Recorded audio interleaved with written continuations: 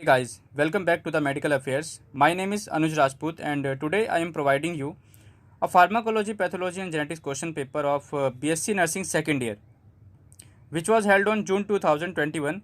But before this, I want you to subscribe the channel and like the video so that and also press the bell icon so that you will not miss any future updates. Guys, 75 number का question paper होता है जिसमें दो section होते हैं, section A और section B. 2021 में एक क्वेश्चन सेक्शन ए से करना था और एक क्वेश्चन सेक्शन बी से करना था।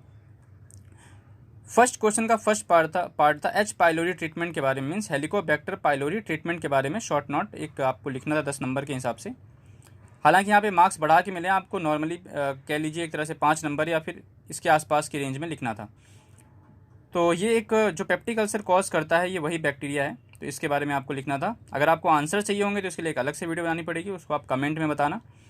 सेकंड क्वेश्चन है succinyl Colin and it's uses. ये एक स्केलेटल मसल रिलैक्सेंट होता है, तो इसके वही यूजेज और इसके बारे में थोड़ा सा आपको एक्सप्लेन करना था।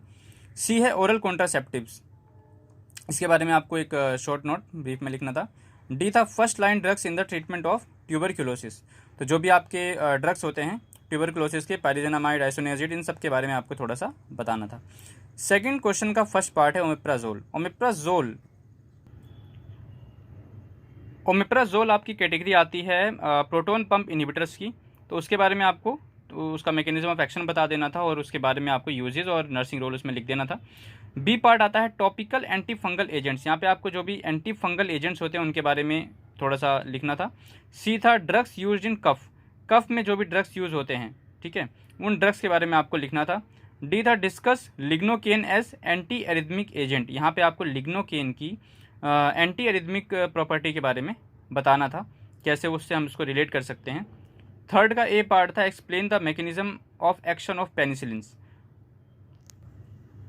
फिर बी पार्ट आता है इसका एंटी प्लेटलेट ड्रग्स, जहाँ पे हम एस्पिरिन और अदर ड्रग्स की बात कर रहे हैं जो कि एंटी प्लेटलेट्स होते हैं। सी आता है non steroidal anti inflammatory drugs, NSAIDs की बात हम यहाँ पे कर रहे हैं। डी आता है डिस्कस ओरल हाइपोग्लाइसेमिक ड्रग्स। ये आपको आपकी फार्मा की बुक में अच्छे से मिल जाएगी पूरी क्लासिफिकेशन इसकी। फोर्थ क्वेश्चन का फर्स्ट पार्ट है एट्रोपिन डेरिवेटिव्स। तो दोस्तों यहाँ पे एट्रोपिन डेरिवेटिव्स के बारे में बताना था आपको, एक शॉर्ट नोट। बी है therapeutic uses of beta blockers means anti adrenergic drugs, ठीक है, तो यहाँ पे उसके बारे में आपको थोड़ा सा बताना था। सी आता है इंसुलिन प्रिपरेशंस। यहाँ पे कई क्लासिफिकेशन होती हैं, शॉर्ट एक्टिंग, लॉन्ग एक्टिंग, ऐसे करके, तो वहाँ पे आपको ये लिखना था। डी आता है 8 factors that affect the actions of drugs. दोस्तों ये आपका रिलेट करता है फार्माकोकाइनेटिक्स में, जब इसके ऑप्शंस आप देखेंगे वहाँ पे आपको ये फैक्टर्स मिल जाएंगे, ठीक है। देन सेक्शन बी में फिफ्थ क्वेश्चन का फर्स्ट पार्ट है डिफाइन जॉन्डिस के बारे में बताइए, मेंशन द कॉजेज क्या हैं, and laboratory findings means diagnosis कैसे करेंगे आप इसकी, ठीक है, जॉन्डिस पेशेंट की। Then write briefly about hepatitis B, और हेपेटाइटिस बी के बारे में थोड़ा सा ब्रीफ इन्फॉर्मेशन देना था। बी पार्ट था इन्फेक्टिव एंडोकैंडाइटिस, यहाँ पे एंडोकार्डाइटिस होना चाहिए था, तो ये बी पार्ट था। देन सी पार्ट था fate of a thrombus, means अगर थ्रोम्बस फॉर्मेशन है किसी में तो वो आगे चल के क्या क्या कर सकता है, उसका फेट मीन्स उसका आगे फ्यूचर गोल या फ्यूचर एम आगे चल के वो क्या दिक्कतें पहुंचा सकता है, तो वो हमें यहाँ पे लिखना था।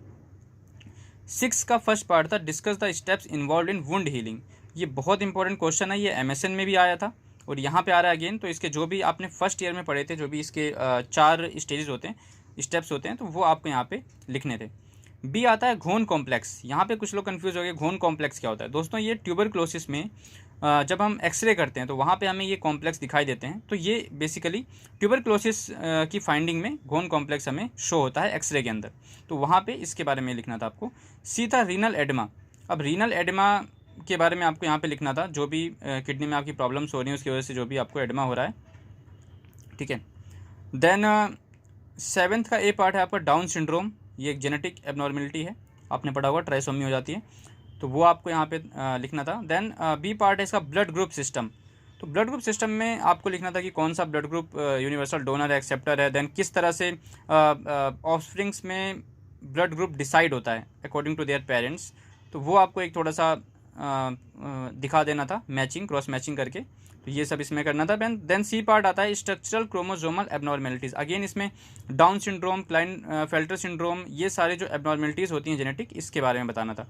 तो ये था फार्मा का क्वेश्चन पेपर। तो गाइज आगे फ्यूचर अपडेट्स के साथ मिलते हैं, क्वेश्चन पेपर्स के साथ और बाकी अपडेट्स के साथ, जो भी ट्रिक्स एंड टिप्स हो सकती हैं। मिलते हैं नेक्स्ट वीडियो में। Till then bye bye.